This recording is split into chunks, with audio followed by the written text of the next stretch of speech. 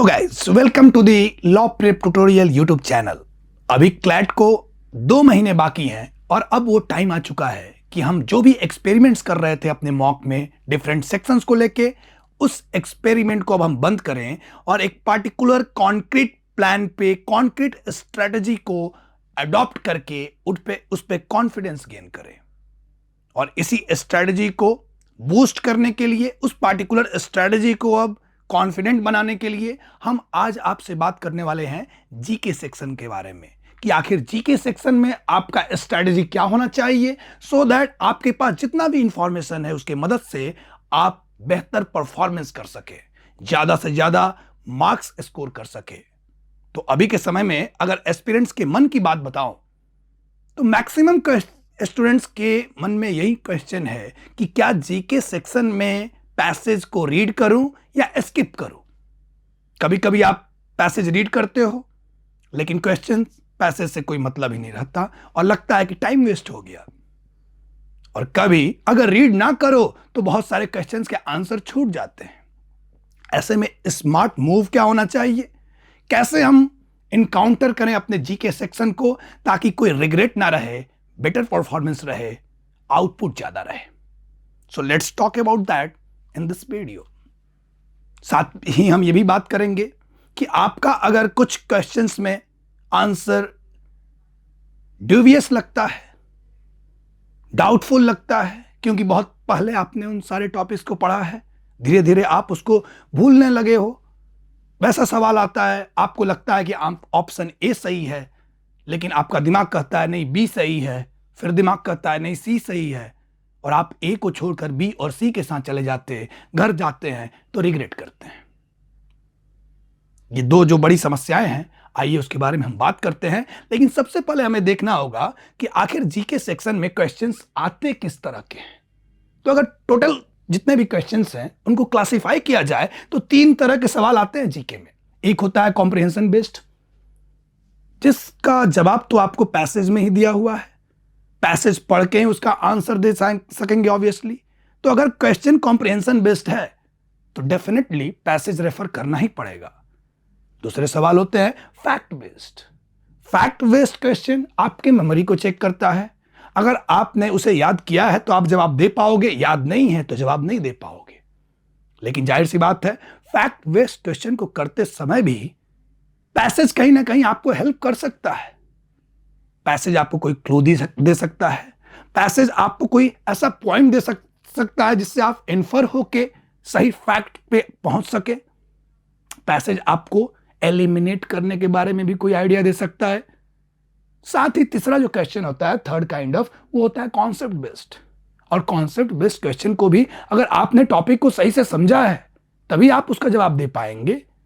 But nonetheless passage आपको यहां भी हेल्प कर सकता है। अगर थोड़ा बहुत कंफ्यूजन है, एलिमिनेशन करना है, ऐसे सिचुएशन में passage obviously can help you out.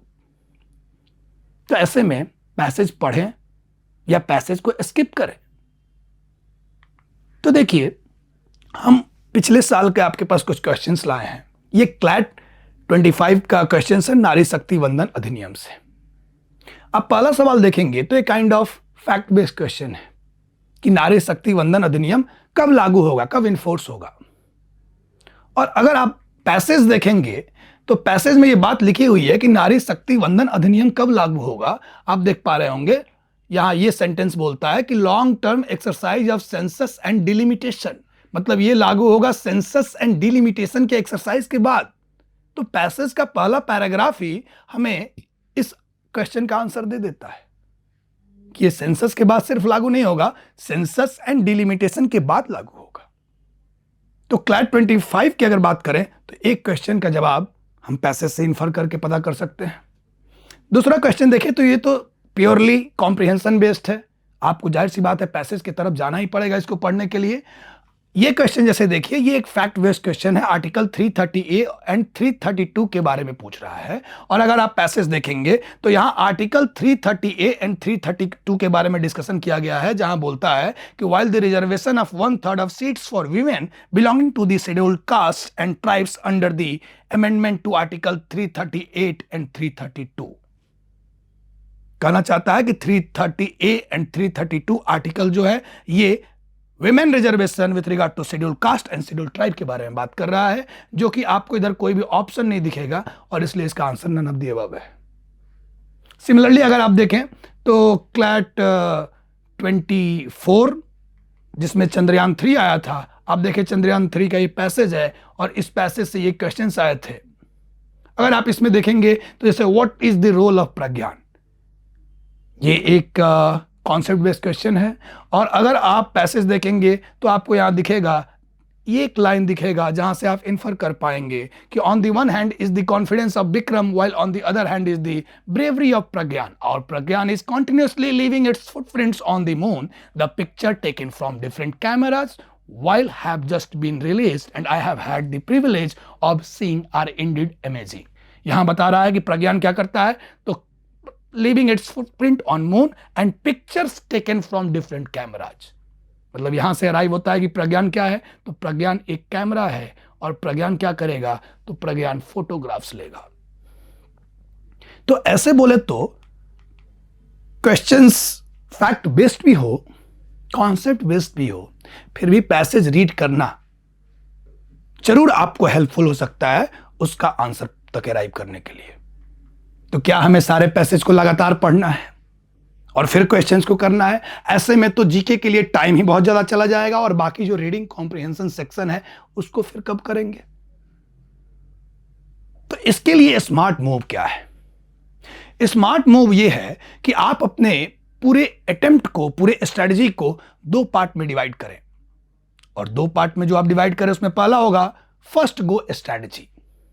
पहली दफा में बिना पैसेज पढ़े सिर्फ क्वेश्चंस के अटेम्प्ट करते जाएं, वैसे क्वेश्चन जिसका आंसर आपको फर्स्ट हैंड में पता है, आप सर्टेन हैं, श्योर है, वैसे क्वेश्चंस को फटाफट अटेम्प्ट करते जाएं और फिर सेकेंड राउंड की स्ट्रेटजी के लिए मूव ऑन करें। सेकेंड राउंड में आप वैसे क्वेश्चंस को पिक करें जिसका आंसर आप नहीं कर पाए हैं, और वैसे क्वेश्चंस को पिक करने के बाद पूरा पैसेज पढ़ने के बजाय उन क्वेश्चंस में, उन अनअटेम्प्टेड क्वेश्चंस में जो कीवर्ड्स हैं, उन कीवर्ड्स को स्पॉट करके और पैसेज में स्किम करते जाएं और स्किमिंग के थ्रू उस कीवर्ड्स को फिगर आउट करें कि आखिर पैसेज के किस पार्ट में वो कीवर्ड है। फिर उस पार्ट को पढ़ें, उस पार्ट को रेफर करें और उतने इंफॉर्मेशन से ही आंसर तक अराइव करने की कोशिश करें। Despite reading the whole of the passage thoroughly, try to figure out the keywords in the unattempted questions and just skim through the passage searching for that keywords. Read that part only, not the whole of the passage, and try to answer the question। ये एक smart तरीका होगा जिसके तहत आप passage को avoid कर सकते हैं। पूरा पैसेज पढ़ने को आपको जरूरत नहीं होगी, सिर्फ जो पार्ट जरूरी है स्किम करें, पिक करें, सर्च करें, उतना रीजन पढ़ें, सिर्फ उतना पार्ट पढ़ें और आंसर तक अराइव करें। ऐसे में बहुत टाइम ऐसा भी होगा कि पूरा पैसेज पढ़ने को आपकी जरूरत ही नहीं पड़ेगी और आप सारा क्वेश्चन कर पाएंगे, और कभी ऐसा भी होगा कि आपको पूरी पैसेज पढ़नी पड़ेगी क्योंकि 5 के 5 सवाल हो सकता है कॉम्प्रिहेंशन बेस्ड आ जाए। क्लैट ऐसा करता रहा है। तो इसलिए ये 2 गो प्रोसेस अपनाएं। फर्स्ट गो में केवल क्वेश्चन अटेम्प्ट करें, जो आता है उसे करें। सेकेंड गो में जो नहीं आता उसके कीवर्ड्स को पकड़ें, सिर्फ उसी को ढूंढें, उसी को पढ़ें और फिर आंसर करें। और इससे आगे बढ़ते हुए एक एडिशनल हैक ट्रिक्स आपको मैं बताना चाहता हूं, जिसमें 2 चीज है। ऐसा सवाल जिसका आंसर आपको मन से ए लगता है लेकिन दिमाग बोलता है बी, और आप घर जाते हैं सी लगाकर आंसर ए पाया जाता है। आपको रिग्रेट होता है कि पहली दफा में मुझे यही तो लगा था। ये जो मन से आवाज आती है, ऐसे क्वेश्चंस का आंसर करने के लिए हमें जरूरत होती है इंस्टिंक्ट की। और इंस्टिंक्ट बोले तो आपने अगर कोई टॉपिक पहले पढ़ा है लेकिन हो सकता है लंबा वक्त हो गया हो पढ़े हुए, आप बहुत हद तक उसे भूल गए हैं, लेकिन कोई भी चीज आप क्लियरली नहीं भूलते। कहीं ना कहीं हमारे ब्रेन में, कहीं ना कहीं हमारे मेमोरी में वो सप्रेस्ड मेमोरी के तरह अभी भी एग्जिस्ट करता है। और इसीलिए पहली दफा में जब आप कोई क्वेश्चन देखते हैं तो मन से एक आवाज आती है, जो लगभग सही होता है, लेकिन जैसे ही हम उसमें दिमाग लगाते हैं गलत ऑप्शन पर अराइव करे चले जाते हैं। इसके लिए हमें ध्यान देना है कि हमें अपने इंस्टिंक्ट पे भरोसा करना है। सप्रेस्ड मेमोरी से जो भी आंसर आ रहा है उस पर आप बिलीव करें, उस पर आप कॉन्फिडेंट रहें। इसके लिए आप कॉन्फिडेंट को बूस्ट करने के लिए प्रैक्टिस भी करें। जो आपका इनिशियल मॉक्स हैं उन इनिशियल मॉक्स को उठाएं और उसमें चेक करें कि आपका इंस्टिंक्ट कितना बेहतर है। आप ऐसे अगर फर्स्ट गो में विदाउट सेकंड थॉट दिए हुए कोई क्वेश्चन को अटेम्प्ट करते हैं तो कितना सही होता है। तो बहुत जरूरी है इंस्टिंक्ट को डेवलप करना, क्योंकि क्लैट एग्जाम में 10 से 15 मिनट में आप पूरे के पूरे क्वेश्चन को अपने मेमोरी से नहीं कर पाएंगे। वहां इंस्टिंक्ट ही वो एलिमिनेटिंग फैक्टर होगा जो डिफरेंस क्रिएट करेगा। दूसरा पॉइंट है कि ऐसे कुछ क्वेश्चंस होते होंगे जिसको आप एलिमिनेट कर पाते होंगे लेकिन 2 ऑप्शन में आकर फंस जाते होंगे। अगर आप 2 ऑप्शंस तक एलिमिनेट कर पाते हैं then you need to read the passage, the questions. थोड़ी क्रिटिकलिटी की जरूरत होगी, थोड़ा क्रिटिकल माइंड का जरूरत होगा और थोड़ा इन्फरेंस स्किल की जरूरत होगी, जिसके मदद से दिए हुए इंफॉर्मेशन से ही आप कुछ इन्फर करके और दोनों ऑप्शंस के बीच में डिफरेंस क्रिएट कर सके, एलिमिनेशन कर सके।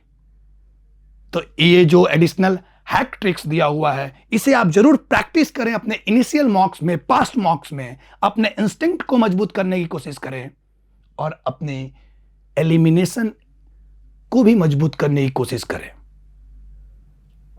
याद रखें, सफलता जरूर मिलेगी लेकिन उसके लिए मेहनत करना होगा। और कहते हैं कि मेहनत इतनी खामोशी से करो कि सफलता शोर मचाए। Thank you, all the best.